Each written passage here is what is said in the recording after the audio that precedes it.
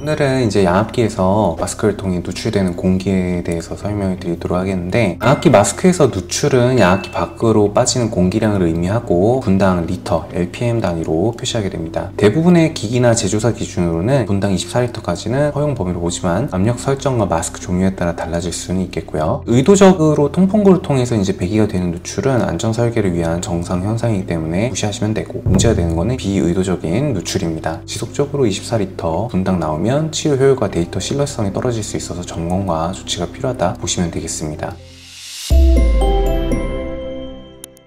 누출이란 무엇인지 설명을 드리면, 양압기 치료 중에 시스템 밖으로 빠져나가는 공기량을 말하게 되고요. 대부분 마스크 주변에서 발생하고, 그 외의 튜브, 가습기 챔버, 공기 배출구에서도 생길 수가 있겠습니다. 이런 누출률을 파악하면 착용감의 개선과 수면의 질 향상, 치료 효과 증대에 직접적으로 도움이 됩니다. 의도적 누출과 비의도적 누출이 있을 텐데, 의도적 누출은 정상으로 모든 마스크에 통풍과 안전 밸브가 있기 때문에 CO2의 재흡입을 방지하고 정전이나 기기 이상 시의 질식 위험을 줄이는 설계입니다. 이로 인한 공기 배출은 정상이라고 보시면 되고, 각 마스크 설명서의 압력 유령 차트에 의도적 누출량이 기록이 되어 있기 때문에 이것과 비교를 하시면 되겠습니다. 비의도적 누출이 문제인데, 밀착의 불량, 부품의 노후와 손상, 입으로 새는 공기 등으로 발생하는 겁니다. 기기의 누출 지표는 보통 이 비의도적 누출을 뜻하지만 표기 방식은 기종마다 다르기 때문에 기기 설명서를 체크하시는 것이 안전하고, 심플하게는 양압기 센터에 알려주시면 되겠습니다. 허용 누출 기준과 해석 포인트인데, 일반적으로 약 24리터까지는 허용 범위라고 얘기를 드렸고요. 간헐적으로 일시적 초과는 문제가 아닙니다. 주의는 치료 압력 전달과 데이터 신뢰성에 영향을 주는 24리터 분당이 지속적으로 나오는 경우고, 변수는 이제 설정 압력과 마스크 타입에 따른 건데, APAP, CPAP에 따라서 다르게 나올 수가 있겠고요. 마스크 타입에 따라서 비강, 배기형, 풀페이스 타입에 따라서 누출의 정도도 다릅니다. 안면 구조나 수면 자세에 따라서 다를 수 있기 때문에 가능하면 이제 정자세로 주무시는 상태에서 체크는 가장 정확하다고 보시면 되겠고,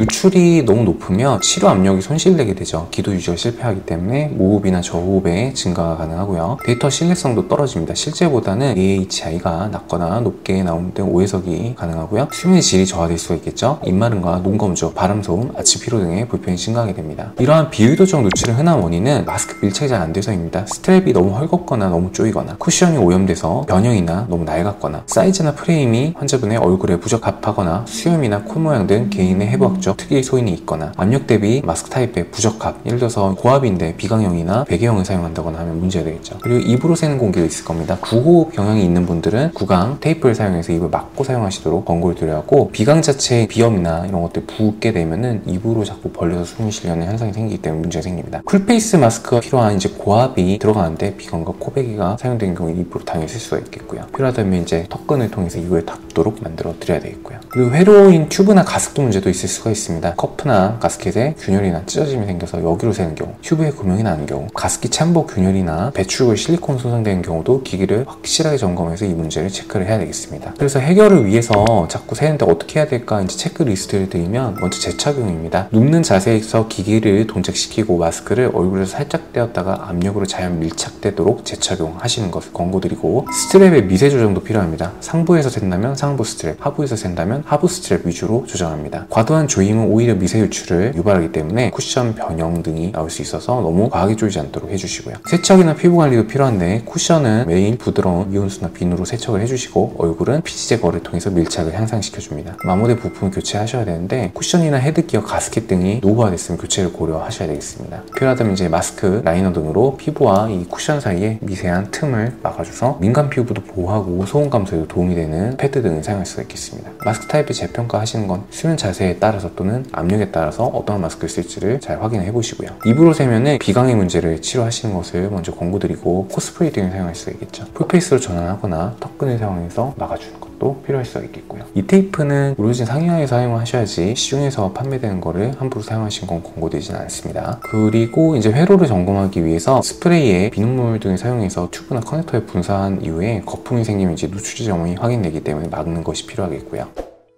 베이퍼를 읽는 법은 레즈메드 제품의 경우에는 95, 100분위수를 기준으로 나온다면 이제 치료 시간의 95% 동안 해당 값 이하의 누출이 있었다는 뜻이기 때문에 그거를 해석을 하시면 되겠고, 필릭스 제품은 이제 90, 100분위수 위주로 사용하게 됩니다. 권장 해석은 95, 100분위수나 90, 100분위수에서 나온 숫자를 보고 누출이 24리터 미만이다, 그러면 대체로 양호하다라고 보시면 되겠고, 지속적으로 초과되면 원인 점검이 필요하다고 보시면 되겠습니다.